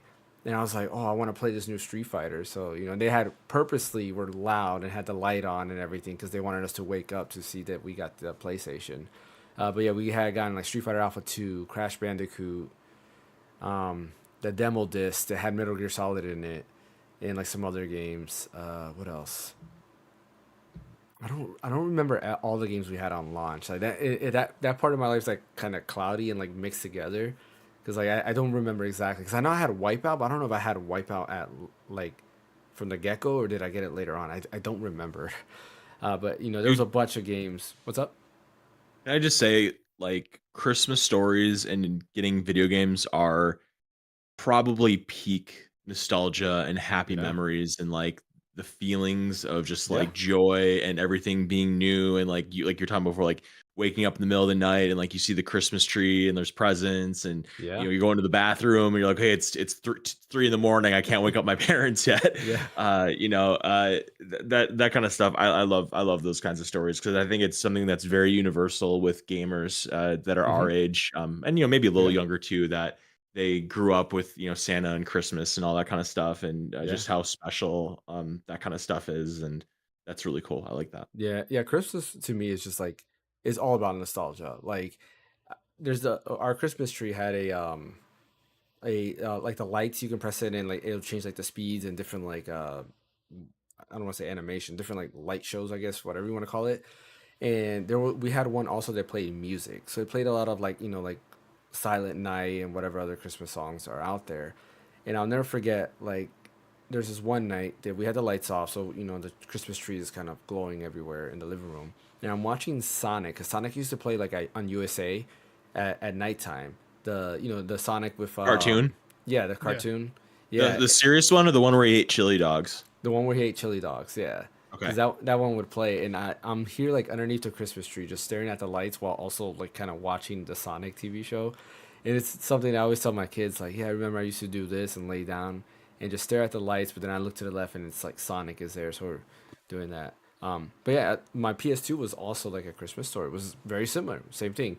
My dad was playing Street Fighter EX3 or EX2, I think. Hold Yeah, on. yeah. That's not nearly as good of a memory with Street Fighter EX2 or Yeah, EX3. that is bad. It was bad. I'll tell you that I did not like that game. Like that when I played it, I was like, oh, this is not good. And I didn't like it. And then eventually, I think I don't know what happened. I think I didn't like that game so much that I threw it away eventually. Yeah, it's crazy. Like instead of trading it in, I threw it away. But it was very very similar. But like I don't know. Like I think when it comes to like all the PlayStation consoles, I like to hate on PS1 a lot because I feel like it's not as good to play today, but it probably, maybe it's nostalgia, but it probably still was my favorite. Like I was going back and playing Crash Bandicoot, the Re-Insane trilogy or whatever it's called, the remaster, and Crash Bandicoot's a good game. Like I really enjoyed it. And Crash 2 is also really good. I really enjoyed those games, and I played those on PS1. Spyro, playing that. Resident Evil, right? Playing Resident Evil 1, 2, and 3. Final Fantasy 7, 8, and 9. Brave Fencer Musashi, Legend and Dragoon. Like, PS1 was probably had the most games that I liked out of all of them. PS2 had a lot, right? But I think PS1 was kind of where I could really say I became a gamer was in PS1. Because during the Super Nintendo era, I had games, but I wouldn't say I was a gamer. I was still going outside, right? The world was still grabbing me in and be like, hey, it's outside, come on. But when PS1 came in, I was like, I don't want to go outside no more. I want to stay here. What Dragon Quest games were on PS1 that got released in America? 7, right? 7 was released in America on PS1? Yep, Is that 7 it? was the only one, yeah. Because there was no other PS1 Dragon Quest game, and then PS2 was Dragon Quest 8. 8, yeah. Yeah, because that's funny. Yeah, because 6 would have been Super Nintendo, and then no other Dragon Quest. Only one Dragon Quest game in that whole PS1 era. Same thing with Dragon Quest 8. Only one Dragon Quest game in that whole. Did you like era. 7? 7, the 3DS version is amazing. If you want a sequel to great. Chrono, it's because the opening, the beginning is like drags on. Slow. It literally takes you like 5 hours just to get to the beginning of the game. Yeah, and people hate that. But for Dragon Quest 7, if you want a sequel to Chrono Trigger, play Dragon Quest 7. Gotcha. It literally is a sequel. It started because the script started off as a sequel to Chrono Trigger. Yuji Horii was writing the sequel to Chrono Trigger, and then they canceled the project. So then he's like, okay, well, I'm gonna still use the script, and he turned it into Dragon Quest 7. So, yeah, playing that game right away, I was like, oh, this is Chrono Trigger. Like, it has a similar opening where you start off, and you're not like in a festival, but you start off, you're doing a couple things, and then you go into this temple, which is like a temple of time, but it doesn't tell you it's a temple of time. And then you start traveling, you're like, oh, wait a minute, I'm in the past. Oh, now I'm in the future. Oh, now I'm in this era. It's kind of cool. Highly recommend it.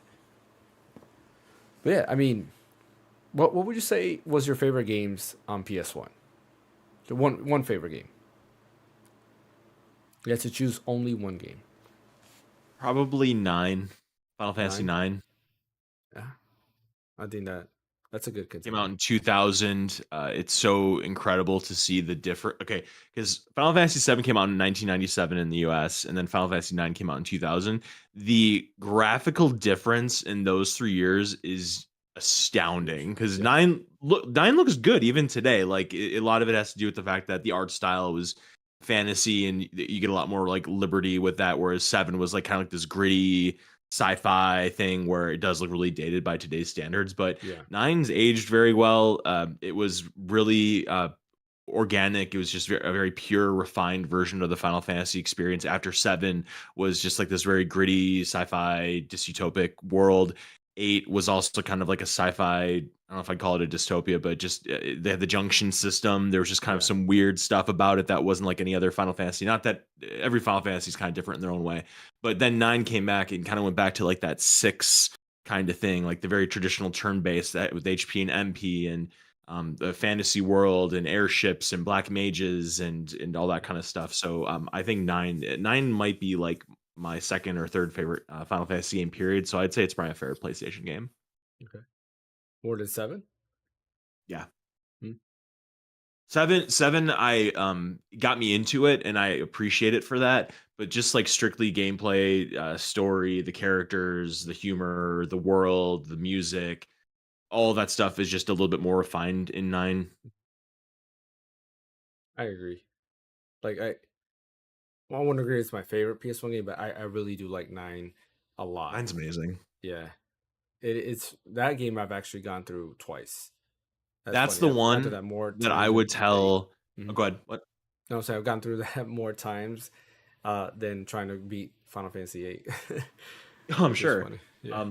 9 is the one that I would tell people probably to go to if they were playing a Final Fantasy game for the first time. I'd say play 9. Like that's the one I'd go to. It's a good choice. I would pick 10, but 9 is a good choice. All right, what about you, Fan and Nash? Favorite PS1 game? It's still going to be Crash for me, actually. Crash. It's a good choice. First Did one. you, First one. It's always I'm going to be saying, first one. did you play 2 and 3? Yeah. Okay. The 2 and 3 were awesome as well, but it's just the But first one one's for got me. that space in your heart. Yeah. Yep. Yeah. Exactly. That's what got me that's what got me the PlayStation. So It's simple, but like I don't know. It's simple but difficult at the same time. It's fun. It gets pretty difficult towards the end. Well, especially, it's like, the difficult. last It's a difficult area. game. oh yeah. It sharpened my skills at a really young age. I really think that game and I enjoy that game 110%. Man, Yeah. I'm Crash yeah, always so- dying. I always like his when he The animations. dies. Yeah. Wow! Yeah. Wow, wow, wow, wow. Yeah, it's awesome. Hoobada. Yeah. Yeah, I always love that. And What about Crash you? Team Racing was awesome too. Oh That yeah, was- I agree. That was good. Yeah. I love Crash Bash. Who you guys play that? No, I didn't play Crash. Yeah, The Mario Party. Yeah, the game. Mario Party ripoff, bro. Oh, I that didn't will- even know that. Yeah. That would be It's the a bash. game that piss everybody off, bro. Because that game, it's fun. It's fun, but it'll easily piss you off, even if you're playing by yourself or with other people. It's a fun game. Yeah. What about you, Fan? So since I didn't really own the PlayStation until like 3, and again, gaming was like communal. So we actually played a lot of fighting games. So I would have to say Tekken 3 is my favorite. Oh, 'cause that's the such a great most- game. That's the Yeah. one we put the most hours into. Tekken Bowl, I think, right? Was in that one? Or was it Tekken think s- Volleyball? It was Tekken Bowl, wasn't it? No, I think the volleyball one was in there. I think so. Google it. I think it's Bowl, but or maybe that was Tekken Tag Tournament that had Bowl. Maybe it was volleyball. I think Tekken Tag had Bowl and Tekken 3 had volleyball. They had volleyball. Yeah. Okay. Yeah, because I remember that because I would always pick because Eddie Gordo was my character, and that's always who I was there. Tekken 3 was so good. Like it Mhm. was such a great port of Tekken 3. Like That's a arcade great pick, to fan. home Yeah. console. Yeah, Yeah. absolutely. Tekken was slowly at that time pulling me away Why from hasn't Street that been Fighter. re-released? They should put that on the PlayStation. Is it Uh, not? I thought it Plus. was No, only I don't 2. think 3 is. Only 2 is, I think. Yeah, And because there's Tekken another 3. PS1 game that we played a lot too. It was Bushido Blade. Oh, yeah, that's a great one. Wasn't that that's a Square game? That's SquareSoft, isn't it? I think so. But was that? I thought it was Bandai Namco. Was it? No, I think Actually, it's SquareSoft. no. You said it was PS2. Yeah, I do remember that game actually because I remember seeing that all the time in like Blockbuster. Bushido Blade right here. Yeah, Square. Square, yeah. And that was like a realistic fighting game where like you fight with And you have swords, like and um if you air cut guys. your arm would be like you couldn't use it anymore. Interesting. So it was like it tried to make like samurai duels like as real as possible.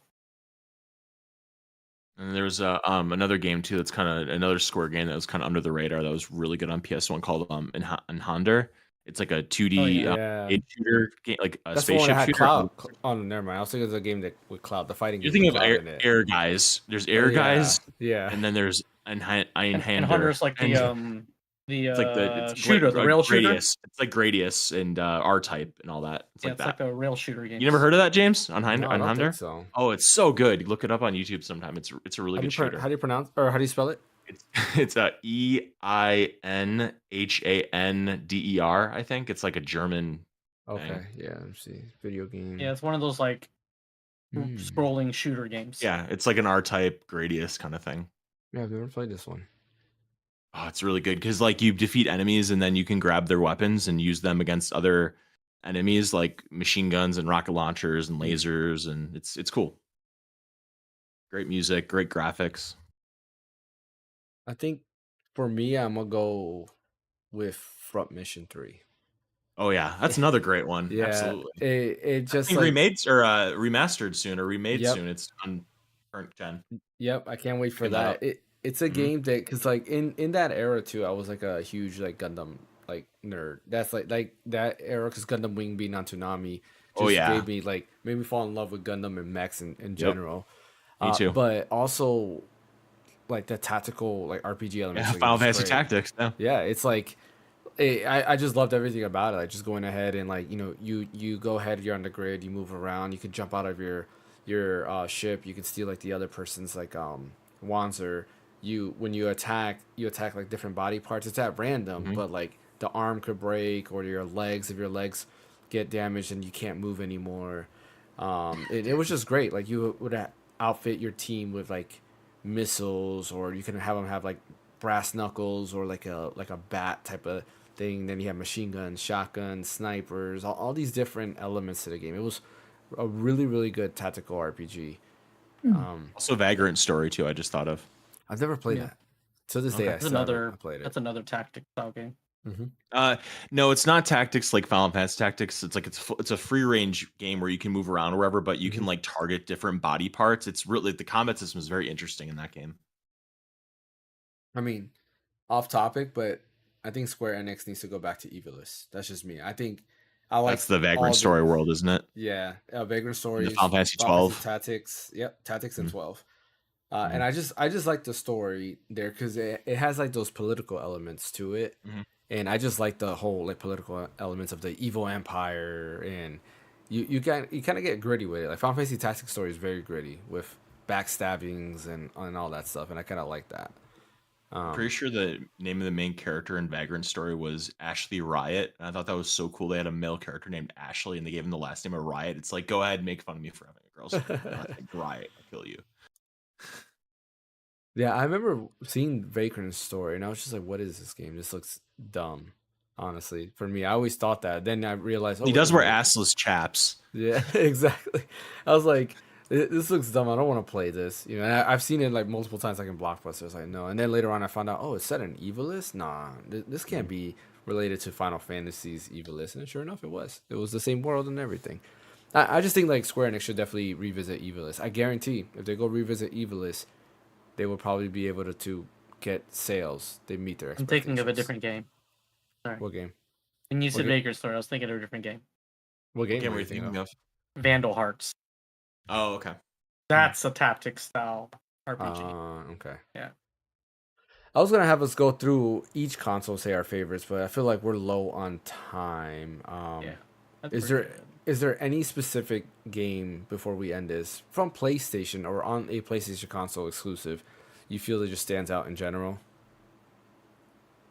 And it doesn't have to be Sony, like made by Sony, but it was exclusive to like Sony at one time. You think it's just something that like in your hearts you feel like, yeah, this is the like when you think Sony, you always think of that game, regardless of if it was exclusive or not. Mm, Like for me, I guess honorable mentions would have to be Kingdom Hearts. Like I always think Kingdom Yeah. Hearts, PS2 era. synonymous with Sony. Yeah. Yeah, and that's one of those things that just sticks to me. Is like I love Kingdom Hearts, and now it's multi-platform, which is good. But to me, it's always like that's a Sony thing because it was on PS2. Yeah, makes sense. Man, I don't know. Like, I'll just say, like, I loved Gitaru Man on PS2. Like, that's not at all what I would say is like what you're asking, but just a quick honorable mention for Gitaru Man on PS2. I wish they would bring that to PS Plus.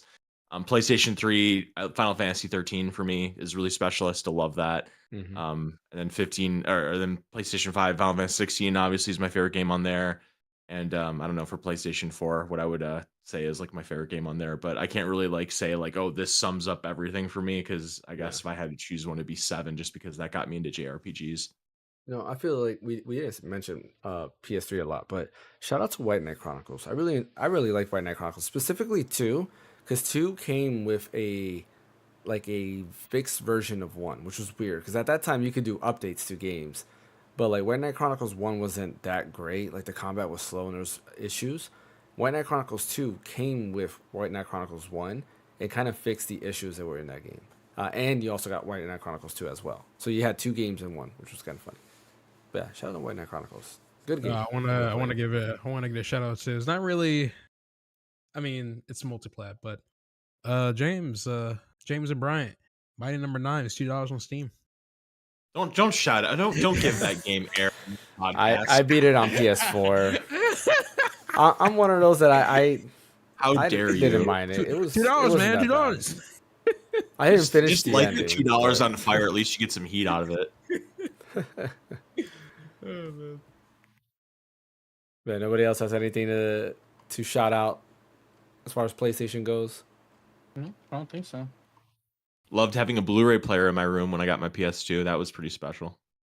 Fun fact: I never used my PlayStation 3 as a Blu-ray player at all. Really? Not even your PlayStation 2? Mm-mm. My PS2 I wow. used as DVD. For DVDs, I did. Yeah.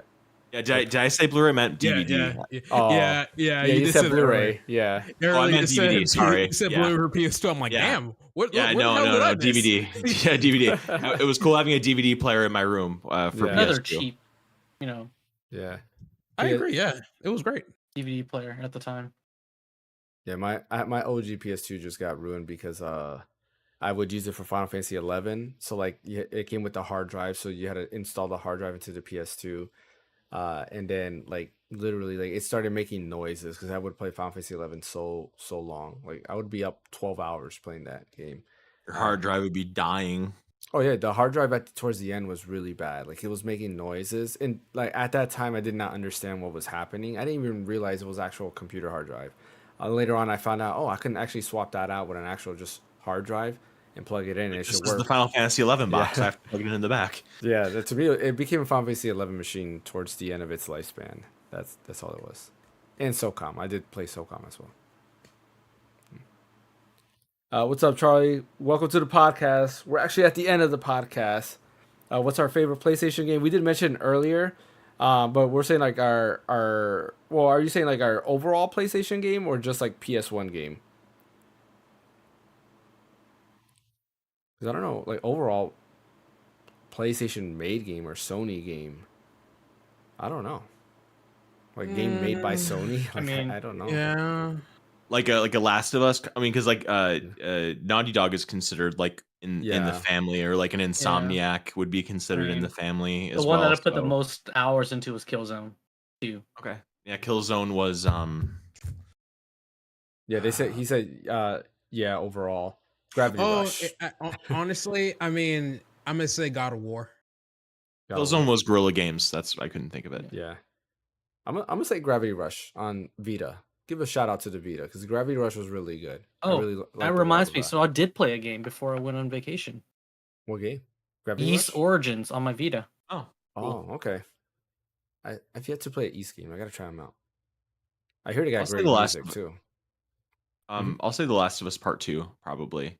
Like that's Last of Us probably Part my 2. favorite. Or that's like I think that's the most like influential, best PlayStation game ever, just in terms of like performances, story. I mean, they made a freaking HBO show out of it that's won Emmys and stuff. Like there's a lot of really solid stuff in that. I'm not saying it's my favorite, but as far as like the thing I respect the most, and maybe it is my favorite. I mean, out of like Sony studio games, it probably is my favorite. The Last of Us Part 2, or Last of Yeah. Us, just that series in general. I mean, because I liked Spider-Man a lot.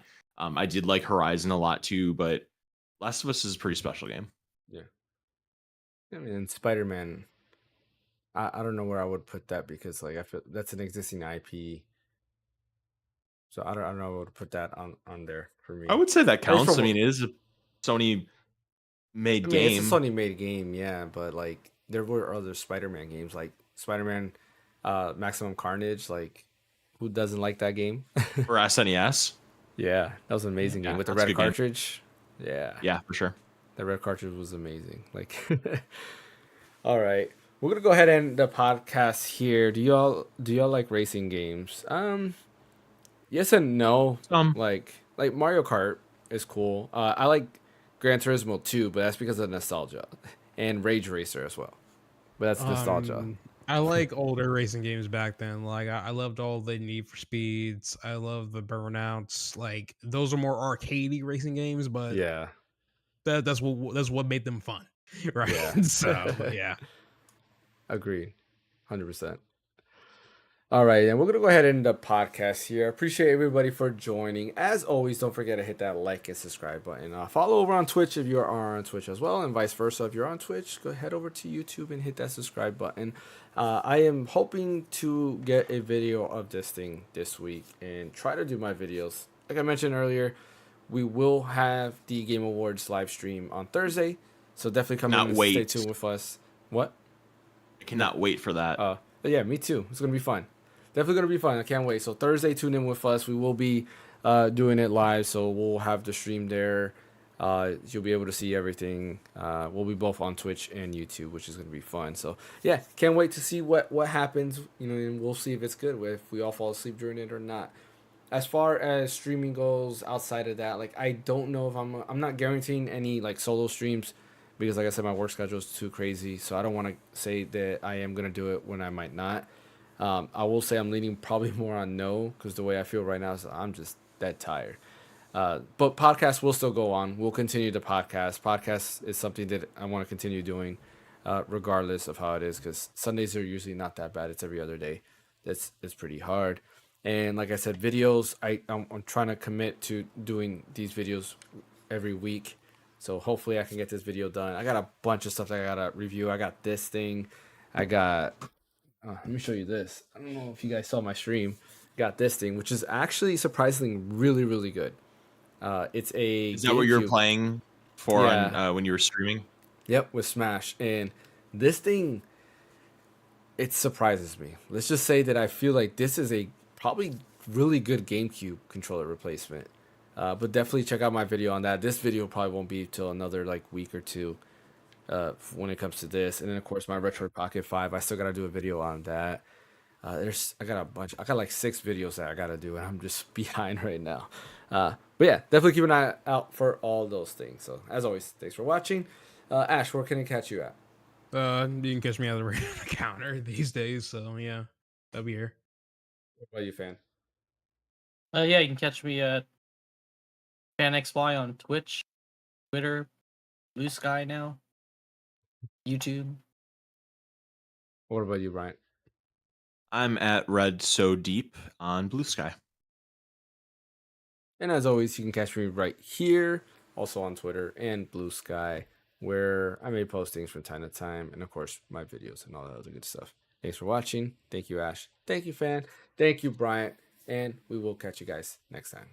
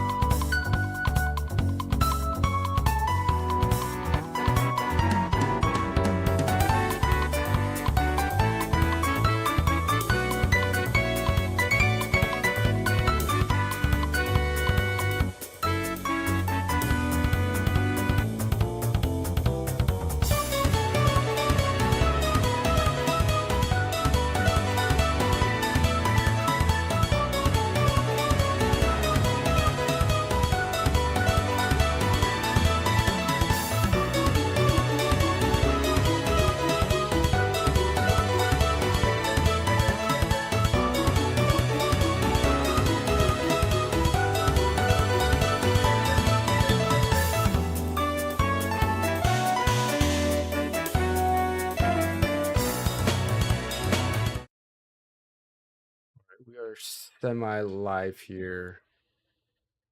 Just checking out, testing out something. Where is the?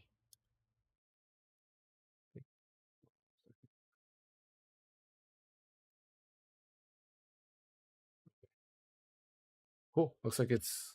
Oh, yeah. Looks like it's. Yeah, looks like it's good. Awesome. It does work. Okay.